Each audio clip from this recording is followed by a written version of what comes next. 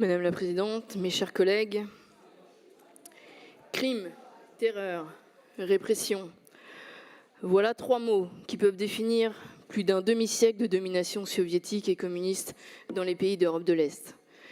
Ces pays ont connu par 2 fois l'horreur, par 2 fois la négation des libertés fondamentales, par 2 fois le totalitarisme. Le XXe siècle, siècle de sang et de fer, a vu naître les pires horreurs, portées par 2 idéologies totalitaires. Le communisme, machine à broyer les libertés et les vies, est resté longtemps dans l'ombre, occulté par une amnésie coupable, portée par ceux qui pendant longtemps recevaient leurs ordres depuis Moscou. Nous devons le dire haut et fort, sans tabou, sans polémique. Le communisme en Europe, c'est 15 à 20 millions de morts.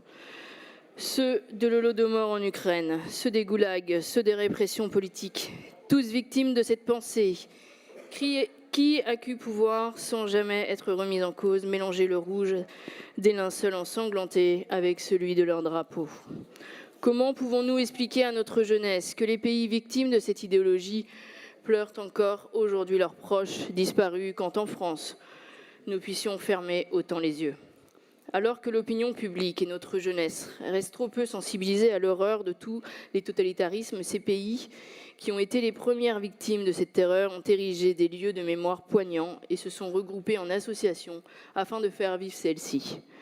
C'est dans ce cadre que nous souhaitons poursuivre notre devoir de mémoire envers toutes les victimes des totalitarismes, comme nous le faisons depuis 25 ans avec le mémorial de la Shoah. Faire travailler nos lycéens sur ce plan de notre histoire européenne commune est plus qu'un devoir. C'est un combat pour la liberté, tant menacée dans nos démocraties. Car le combat pour la liberté n'est jamais terminé. Ne pas enseigner l'histoire, c'est se condamner à le revivre. Comme le disait Hannah Arendt, le totalitarisme est né non seulement de la défaite des valeurs occidentales, mais aussi de la faillite des idées politiques qui étaient censées les défendre. Condamner les crimes des soviétismes n'est pas seulement une obligation morale, c'est un devoir de dignité et d'humanité. Pendant 80 ans, les cris des innocents torturés ont couvert les hymnes à la liberté.